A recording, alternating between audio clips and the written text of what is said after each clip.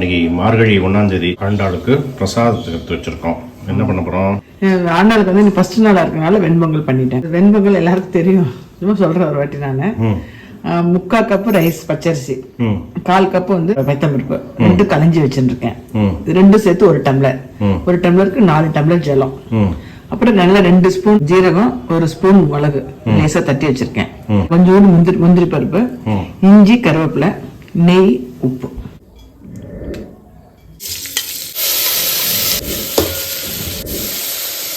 உப்பு போட்டுருந்தேன்.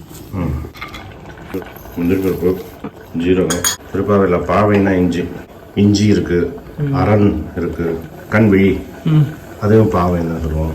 பெண் பாவைனா எல்லா மீனிங்லையும் நம்ம வச்சு பார்த்தாலும் அந்த திருப்பாவையோட அர்த்தம் வந்து வேற வேறமாக வரும். ஆமாம், நீங்களே ஒரு வருஷம் வேற வேற தானே சொல்றீங்க. ஆமாம், நல்லா குழஞ்சிட்டு இருக்குங்க. ஆமாம், இந்த பாத்திரத்தை வந்து சூடு இருக்கும். ஸோ இப்போ ஆஃப் பண்ணிட்டு நம்ம ஸ்லோகெல்லாம் சொல்லி நைவேத்தியம் ஆனதுக்கப்புறம் பார்க்கும்போது இன்னும் கொஞ்சம் கெட்டியாகவே ஆகிடும். இன்ஃபேக்ட் ஸோ இந்த மாதிரி டயத்தில் ஆஃப் பண்ணால் நல்லாயிருக்கும். ஓகே. ஆண்டாள் பிரசாத் ஆயிடுத்து. ஃபர்ஸ்ட் திருப்பாவை அவங்களோட இது கேட்போம். அன்னவயல் புதுவை ஆண்டாள் அரங்கற்கு பண்ணு திருப்பாவை பல்பதியம் இன்னிசையால் பாடி கொடுத்தாள் நற்பாமாலை பூமாலை சூடி கொடுத்தாலை சொல்லும். இது திருப்பாவை தனியங்கள் படிச்சுட்டு நம்ம திருப்பாவை ஆரம்பிக்கிறோம். இன்னைக்கு வந்து முதல் பாசனம். மார்கழி திங்கள் மதி நிறைந்த நன்னாளால் நீராட போதுவீர் போதுமினோ நேரிடையில் சீர்மல்கும் ஆய்ப்பாடி செல்வ சிறுமீர்காள் கூர்வேல் கொடுந்தொழிலன் நந்தகோப்பன் குமரன் ஏரார்ந்த கண்ணி யசோத இளஞ்சிங்கம் கார்மேனி சிங்கன் கதிர்மதியம் போல்முகத்தான் நாராயணனே நமக்கே பறை தருவான் பாரோர் புகழ படிந்தேலோர் எம்பாவாய். இந்த பாசனத்தில் வர மாதிரி நாராயணனே நமக்கே பறை தருவான் இல்லையா? இது எப்படி அப்படின்னா, ஆண்டாள் என்ன சொல்றான், பக்திங்கிற முதல் படி போறதுக்கு முன்னால உன்னைய நீ எப்படி தயார்படுத்திக்கணும் அப்படின்னு சொல்றான். அதனால தான் கண்டிஷன்ஸ், ரூல்ஸ் அண்ட் ரெகுலேஷன்ஸ்லாம் 2வது பாசனத்தில் வச்சிருப்பான். முதல் பாசனத்தில் வைக்கல. முதல் பாசனத்தில் என்ன சொல்றா, மார்கழி திங்கள் மதி நிறைந்த நன்னாள் அப்படின்னா என்ன அர்த்தம்னா, மதி நிறைந்த அப்படின்னா டைரக்ட் மீனிங் பார்க்கும்போது மார்கழி பௌர்ணமின்னு வரும் இல்லையா? அது இன்னொரு மீனிங் அப்படின்னா, அறிவு பூரா எப்ப நாராயணன் நிறைஞ்சு இருக்கானோ அது எல்லாமே நல்ல நாள் தான் இல்லையா? உன்னோட அறிவு பூரா வந்து பெருமாள் வந்து கூடிக்கொண்டிருக்காருன்னு வச்சுக்கோ, அந்த நாள் எல்லாமே நல்ல நாள் தான் இல்லையா? அதுதான் முதல் படி. அதனாலதான் முதல் பாசனத்துல வழிமுறைகள், வழிபாடுகள் அதை பத்தி பேசலாம். முதல்ல வந்து மனசை வந்து எப்படி தயார்படுத்திக்கணும் அப்படிங்கிறத சொல்றாங்க. இதுக்கு வந்து ஒரு குட்டி கதை பார்க்கலாம். ராம அவதாரத்துக்கு முன்னால, ராமாயண காலத்துக்கும் ரொம்ப காலத்துக்கு முன்னால கங்கை கரையில ஒரு ஆசிரமம் வச்சு ஒரு முனிவரும் அந்த முனிவரோட பத்னியும் வாழ்ந்துன்னு வந்துட்டு இருக்கான். அந்த முனிவர் வந்து ரொம்ப ஒரு தர்மவான். ஆனா அந்த பத்னி வந்து கொஞ்சம் அவருக்கு சரியில்லை. எல்லாமே வந்து ஏட்டிக்கு பூட்டியா தான் பண்ணுவார். அவர் சொல்றதுக்கு எல்லாத்துக்குமே எதிர்மறையா தான் பண்ணுவார். இவர் ரொம்ப அவகிட்ட ரொம்ப நொந்து போய் அப்படி வாழ்க்கையை ஓட்டின்னு இருப்பார். திடீர்னு ஒரு நாள் யோசிக்கிறாரு, எல்லாமே எதிர்மறையா பண்றா, நம்ம சொல்றதே வந்து எதிர்மறையா சொல்லிடுவோம், அப்ப அதுக்கு எதிர்மறை என்ன பண்ணுவா, நேர்மறையா பண்ணிடுவா. ஸோ நம்ம என்ன எதிர்பார்க்கிறோமோ அது கிடைச்சிடும் அப்படின்னு எதிர்பார்த்துட்டு அன்னைக்கு ஒரு நாள் ஸ்ராத்தம், திவசம், பார்க்க திவசம், காரியம் பண்ணணும் இல்லையா? அப்போ பத்னியை கூப்பிட்டு, அந்த பத்னி பேர் வந்து கலகை. கலகை கலகை அப்படின்னா கலகம் பண்றவன கிடையாது. கலகை அப்படின்னா ஒரு சுபிக்ஷமான ஒரு மங்களகரமான பேர். அந்த கலகையை கூப்பிட்டு, இன்னைக்கு ஸ்ராத்தம், அப்பாவுக்கு திவசம் பண்ணோம், நான் இதெல்லாம் எடுத்து வைக்கிறேன், நீ வந்து வாசல்ல மட்டும் சுத்தம் பண்ணிடாத, அடுப்படிலாம் சுத்தம் பண்ணிடாத, நீ ஒன்றும் தேர்த்த மாட வேண்டாம் அப்படின்னு சொல்லிடுவார். அதனால அவ எல்லாத்தையுமே ஆப்போசிட்டா பண்ணிடுவான்.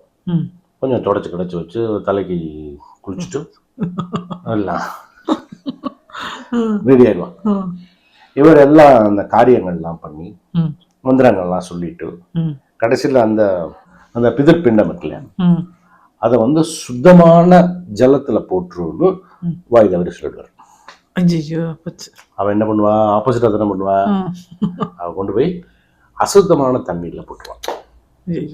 இவர் மறந்துடுவார், இவருடைய சங்கல்பத்தை மறந்துடுவார், அந்த காரியம் பண்ற பிஸில மறந்துடுவார். சுத்தமான தண்ணியில சேர்த்துட்டு வா அப்படிங்கும்போது அவ வந்து அசுத்தமான தண்ணியில சேர்த்துருவா. கோவம் வந்து இந்த கலகைங்க வந்து நீ வந்து அலகை ஆயிடணும் அப்படின்னு, அலகை அப்படின்னா ஒரு ஒரு பேய் ஆயிடணும் அப்படின்னு சாபம் விட்டுருவார். அவ பெண் பேயாயி அப்படியே சுற்றி நிற்பான்.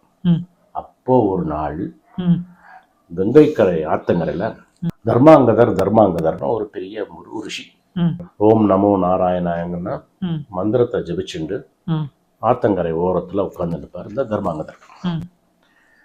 இவன் இந்த பெண் பேய் இருக்கா இல்லையா, அவ வந்து இந்த முனிவரை பிடிக்கணும் அப்படின்னு அப்படி வேகமா அந்த முனிவர்கிட்ட போவான்.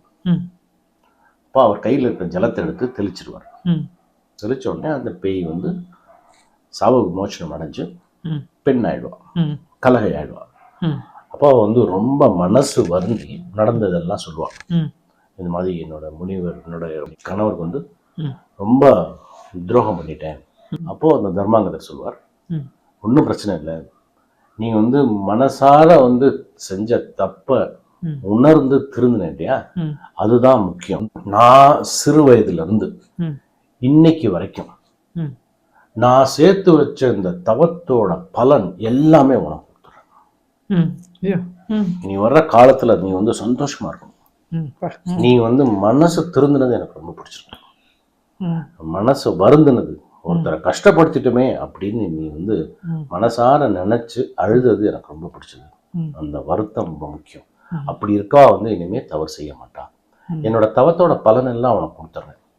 ஏன் வருங்காலங்கள்ல நீ சந்தோஷமா இருக்கும் அப்படின்னு சொன்ன உடனே, சொன்ன மாத்திரத்துல அந்த கங்கை கரையில வைகுந்தத்துல இருந்து ஒரு தங்க ரதம் அப்படியே இறங்கி வருது. ஜிஷு, தங்க ரதம் அப்படியே இறங்கி வருது. 2 பேரையும் அழைச்சுட்டு போறான். எங்க? ஸ்ரீ வைகுந்தம். நாராயணனே நமக்கே பறை தருவான் ஆண்டாள் சொன்ன மாதிரி ஸ்ரீமன் நாராயணன் அங்க வாசல்ல காத்துட்டு இருக்கார் தர்மாங்கதர். தர்மாங்கதர் உள்ள வந்தோடனே தர்மாங்கதர்கிட்ட சொல்றாரு, நீங்க வந்து பூலோகத்துக்கு போகணும், 60,000 வருஷம் நீங்க வந்து மிகப்பெரிய சக்கரவர்த்தியா இருக்கணும், 10 திசையிலையும் தேர் ஓட்டுற அளவுக்கு பெரிய வீரனா இருக்கணும்.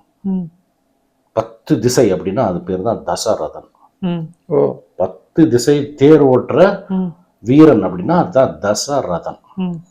யாரு தசரதன்? ரகுகுலத்துல வந்த ஸ்ரீராமனுக்கு தந்தை. உங்களுக்கு மகனா பிறப்பேன் அப்படின்னு யார் சொல்றா? ஸ்ரீமன் நாராயணன். நாராயணனே நமக்கே பறை தருவான்.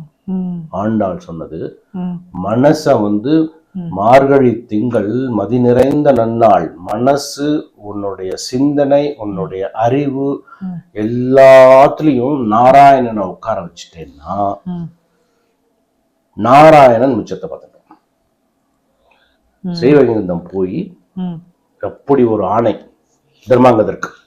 தர்மாங்கதர் அன்னைக்கு வந்து அன்னைக்கு டேட்ல அவருடைய தவத்தோட பலன் எல்லாம் கலகைக்கு கொடுத்துட்டார். ஒண்ணுமே கிடையாது, 0. ஆனா ஸ்ரீமன் நாராயணோட விருப்பம் வேற இருந்தது. அப்புறம் அந்த கலகையை பார்த்து சொல்றார், நீ அயோத்திக்கு போயிட்டு கைகேயி அப்படின்னு இவருக்கே ஒரு மனைவியா அடுத்த ஜென்மத்துல வருவ. நீ திருப்பி அங்க போய் தப்பு சொல்றத கேளு, உனக்கு மிக பிடித்த புதல்வனா நான் இருப்பேன். இந்த லோகத்திலேயே வந்து சித்திய வந்து அம்மா அளவுக்கு ஒருத்தருக்கு பிடிக்கும்னா அது கையை தான். அப்படி ஒருத்தியா நீ இருக்கணும் அப்படின்னு சொல்லி அனுப்புறாரு. இதுல இருந்து நமக்கு என்ன தெரியுது அப்படின்னா, இந்த கர்ம வினைகள் ம் என்னதான் ஒருத்தர் வந்து அவருடைய தவத்தோட பலனை வந்து கொடுத்தாலும் நமக்குன்னு ஒரு கர்ம வினை இருக்கும். ம் அது வந்து இந்த காலத்திலையும் இந்த ஜென்மத்திலையும் இருக்கும். மிச்ச மீதி இருந்தா அடுத்த ஜென்மத்திலையும் கழிக்கப்படும். ம் எவ்வளவு ஒரு அருமையான ஒரு ஆழமான கதை பார்த்துக்கோ. ம் எவ்வளவு ஒரு ஆழமான கதை. ம் ஆண்டாள் சொன்ன மாதிரி மார்கழி திங்கள் மதி நிறைந்த நன்னாள். ம் இன்னைக்கு மட்டும் இல்ல, இந்த ஜென்மா மட்டும் இல்ல, ம் 7 பிறவிக்கு இருந்தாலும் சரி, ம் மனசு பூரா பெருமாள் இருக்கும், ம் சிந்தனையில பெருமாள் இருக்கும், செயல்ல பெருமாள் இருக்கும், அறிவுல பெருமாள் இருக்கும். ம் ஏன்னா கர்ம வினை அப்படிங்கிறது வந்து ம் என்னைக்கு விடாது. கரெக்ட். அவ்வளவு பெரிய தர்மகர்த்தா வந்து ம் பலனை கொடுத்தாலும் அவங்களுக்கு சில கர்ம வினைகள் இருக்கும்.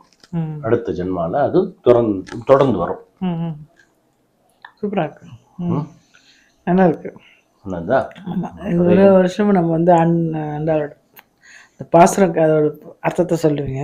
ஆமா, இந்த கதை நல்லா இருக்கு. இனிமேல் எல்லா இதுலேயுமே கதையே சொல்லலாம். ம் ம் இந்த மாதிரி ஒரு ரிலேட்டட் ஸ்டோரி பார்த்தோம் அப்படின்னா ஆ அந்த பாசுரத்தோட வலிமை நமக்கு புரிஞ்சுக்கும். கரெக்ட். ஆனந்தா, சூப்பராக இருக்கு. தேங்க்யூ. Okay, thank you.